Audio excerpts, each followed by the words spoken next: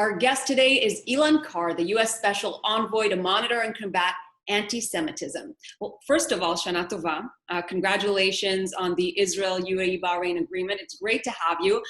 How has this agreement affected the scope of your work? Well, it's a game changer. Look, it's a powerful thing to see dreams realized. And the dream of peace has animated Israelis, Jews, but all people of goodwill everywhere in the world. And now we have real peace, and not just on paper. I'll tell you a story. I was at the White House when this was signed, and after these moving, we were choked up. I mean, it was amazing. A senior delegate of one of the countries came up to me and said, he was exuberant, and he said, "We're going to do great things together. Don't think this is going to be a cold peace. This is not going to be cold." And you get caught up in this amazing spirit. It really is. It's wonderful. And this happened because of strong and focused American leadership. We've got a president of the United States who is determined to support our friends, including the state of Israel. We've never had a president or an administration be this supportive of Israel, determined to support our friends and to weaken our adversaries. Chief among them being, of course, the Islamic Republic of Iran, whose mischief is catastrophic for the Middle East and for the world. And when you've got a strong America that leads, that stands for principle and truth, that weakens the bad guys, look, good things happen. And so, thank goodness we've got this kind of leadership, and thank goodness we have the results. And we're very excited. This is just the beginning. We think there'll be more Arab countries doing this, and God willing, we're building a new Middle East, a Middle East of real peace and friendship between the cousins, the children of Abraham. Can you share some of the nature of your work, the current work your office is doing in the Gulf, and maybe some new partnerships that have arisen? Sure. Well, we work with a number of countries in the Middle East. I don't want to get into diplomatic confidences, but there's no question. In fact, I and one of my principal team members who focuses on the Middle East, we were all scheduled to go to the Gulf in March, and of course, COVID happened. We canceled our trips, but we look forward to going very soon, and that's going to be a very exciting trip. We have exciting things planned, and we're talking about all kinds of initiatives, combating anti-Semitism regionally and internationally, especially in the Muslim world, is an incredibly important initiative. This was one of my top policy priorities.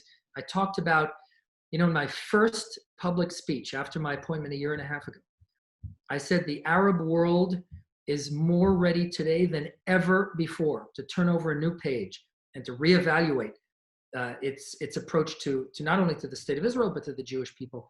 And here we're seeing it. And we're going to build on it. We're going to work with these great countries and these great leaders to fight anti-Semitism. We're going to focus on changing curricula in schools because you still have, vestigial curricula and textbooks that still are problematic. We're going to work on changing that and really building a better future for all children. Your family fled Iraq. I know your grandfather was a prominent figure in the Jewish community of Baghdad. I also read that you're fluent in Iraqi Arabic. So I'm wondering, how has your Iraqi heritage shaped or contributed to the working relationships you have in the Middle East and, of course, combating anti-Semitism?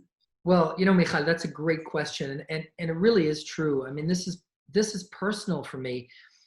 I think to an extent it's personal to everyone who cares about that region and cares about Israel and the Arab states. But for me, my family's first language was Arabic, and my mother, was a kid growing up in Iraq and sadly had to flee. My grandfather was arrested and put in prison, and the rest of my family without him had to flee across the border to Iran. And that's another story, very different Iran from today's Iran, an Iran that rescued Jews during the Holocaust and that gave Jews like my family asylum when they escaped anti-Semitic persecution.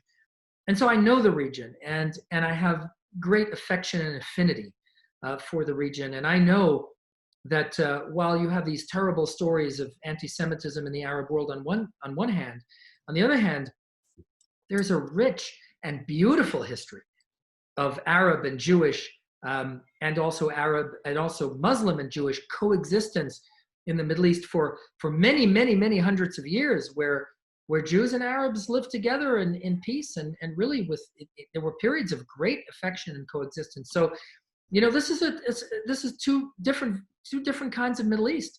And here we're at a crossroads, Michal, and we get to pick what kind of Middle East do we want.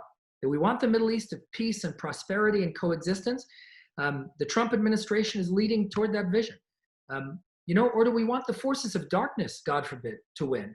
And the forces of darkness are on clear display. I mean, look, the chief state sponsor of both terrorism and anti-Semitism is the Islamic Republic of Iran. And so we've got to select the right path and make sure that the Middle East realizes its potential. You mentioned Arab and Jewish relations going back centuries, living side by side. This is not a narrative that's being promoted, just the similarities between Islam and Judaism. Is this something that your office works to educate on? Yes, absolutely.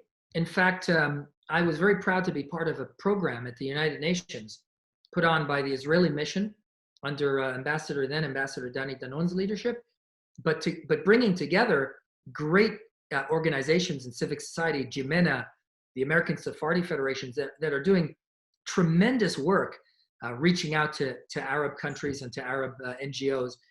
And I was part of this program, and I spoke at the UN exactly about this. That pre-Islam, the Babylonian Talmud was written there in what is today Iraq. But of course, after Islam, not only did Muhammad have close relations with Jews, but the first yeshivot, the first centers of Jewish learning, were in Surah and Pumbedita and Nahardea in Iraq under the protection of the Muslim Empire. And so, again, we've got to educate on this, and we've got to aspire toward the kind of not just coexistence, not tolerance, but real affection between the ethnicities, the Jews and the Arabs as ethnicities, but also between the Jewish and Islamic religions, and between Christians as well. Plenty of those in the Middle East as well. And you're really seeing this warm and affectionate relationship already taking form, definitely on social media. I wasn't going to do this, but I really have to hear you speak Arabic because you have perfect Hebrew and you have no accent. نحكي سويا بالعربية باللهجة عراقية عربية. مبروك لكل العالم العربي والشرق الأوسط. إن شاء الله نبني سويا مستقبل أحسن. You sound native to me, to my foreign ear. And what is it that you said? I said, first of all, we'll speak together in Arabic, in Iraqi Arabic. And then I said to everyone, I said, congratulations to the Arab world, and we'll build together. Many scholars now are trying to answer the question of timing. Why is this happening now? Why is this now materializing? So what do you think were the driving forces that are really making this amazing piece of history happen and unfold in front of our eyes? Well, that's a great question. I think it's a number of things. First of all, it's Israel's strength. I mean, Israel has emerged as a regional superpower, and when a country's powerful, other countries want to build together for a better future for everybody. When I served in Iraq, I had a very senior Iraqi judge said to me, and not knowing I'm Jewish, said to me, well, we have to have peace with Israel. It's better for everyone in the Middle East. So it really is true. I mean, Israel's strength and prosperity and world-changing innovation makes the Jewish people stronger and fights anti-Semitism as an example that it provides. Second of all, you've got, of course, the threat that we all face in Iran, the Islamic Republic of Iran, that is the chief state sponsor of terrorism and anti-Semitism, responsible through its proxies for hundreds of thousands of dead Syrians. I mean, in a horrific tragedy. I mean, it's a human rights catastrophe in Syria, and Iran's proxies, Hezbollah and others, are not only primarily responsible but threaten world peace around the world. When I was in Iraq, the IRGC, the Revolutionary Guard Corps, was was focused and responsible for the death of American soldiers while I was there in Iraq with the army. And so, Iran is a common threat. And I think, Arabs understand that, Israel isn't a threat. Israel wants peace and has extended its hand out for peace. But then the game changer has been the Trump administration and the leadership of President Trump and my boss, Secretary Pompeo, who have negotiated this, brokered the deal, and made it a focus. And it started, by the way, on building a foundation of truth, recognizing the inescapable truth that Jerusalem is the eternal and undivided capital of the Jewish people in the state of Israel, which we recognized for the first time and moved our embassy there. Recognizing Israeli sovereignty over the Golan Heights, recognizing the connection of the Jewish people to Judea and Samaria when we took occupied territories out of the State Department human rights reports and held officially that settlements in Judea and Samaria aren't necessarily a violation of international law. All of these measures began the process of building a foundation of truth. And you can't build peace on falsehood and fantasy and fiction. You can't build peace on the denial of history or the denial of Jewish national self-determination.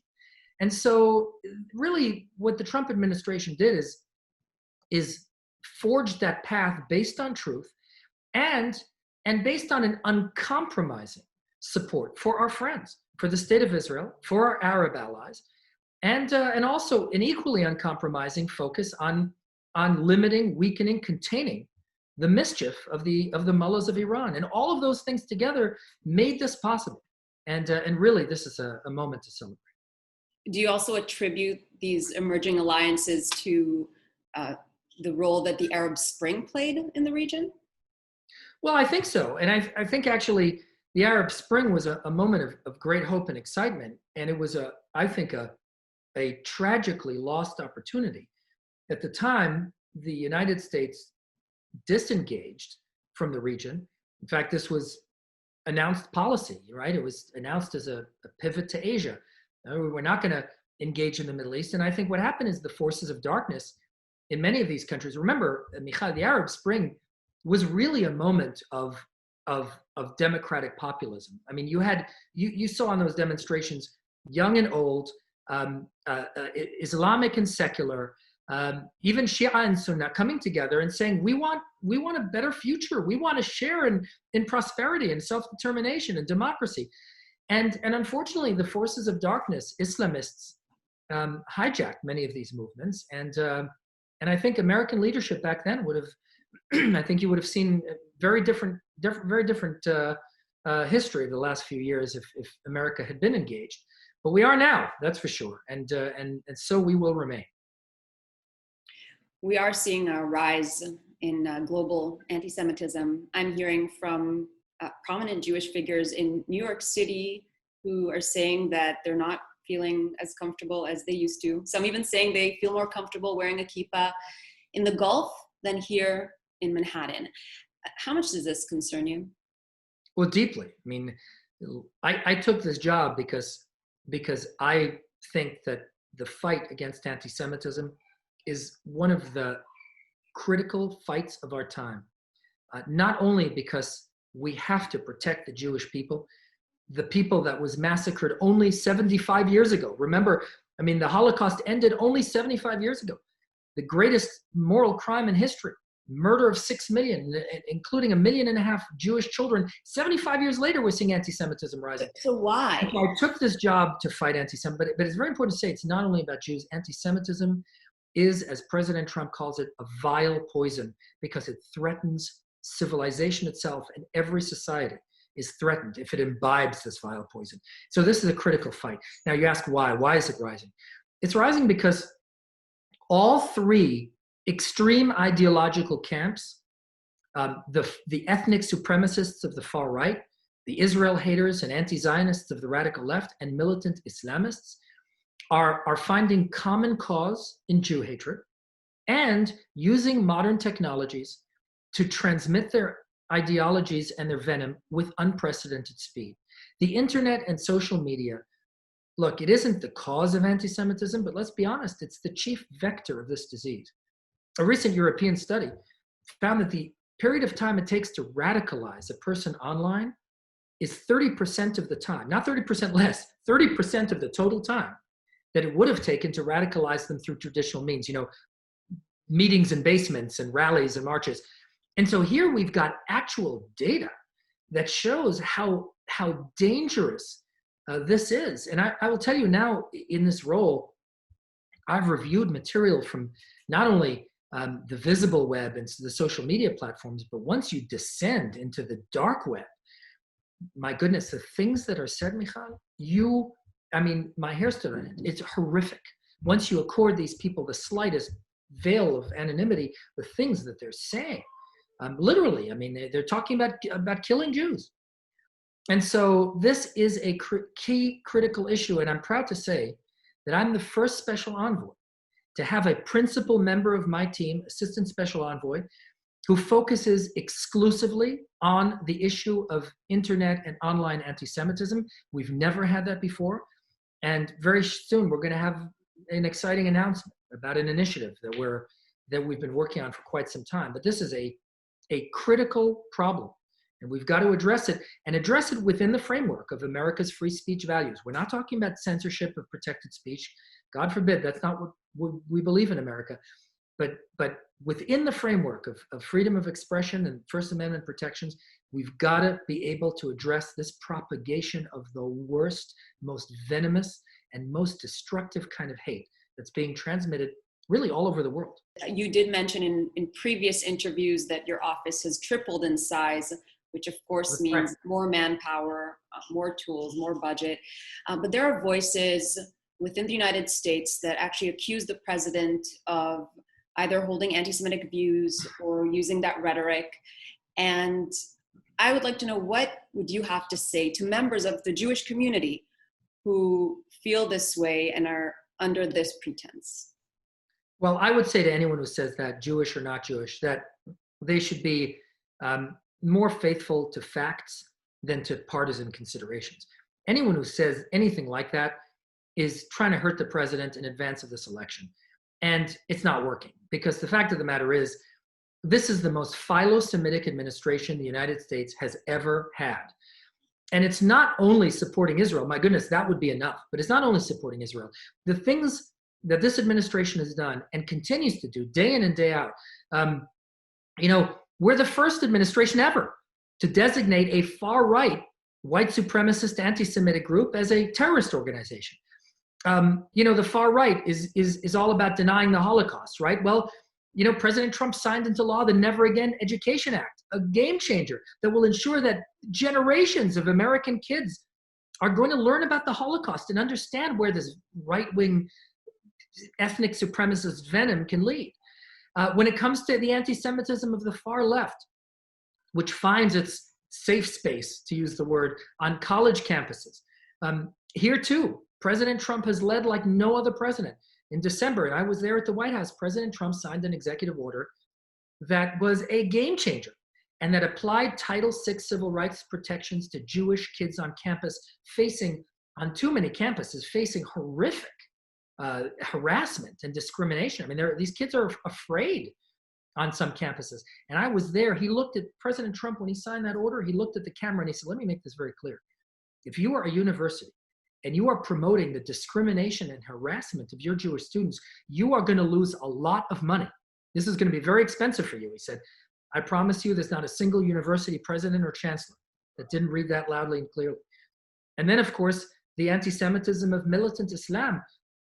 What better way to hammer the nails into the coffin of that ideology than to stand strongly with the state of Israel, to be unequivocal and unvarnished in championing and embracing the Jewish people's rights of self-determination, and forging peace between Arab states and Israel. I read an op-ed whose headline was, "This deal with Bahrain and the UAE is the death of the BDS movement."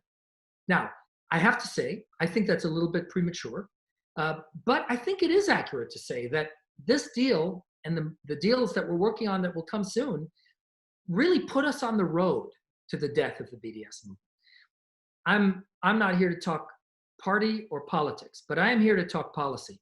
And what I tell people all the time is, look, I don't care how you vote, but be fair.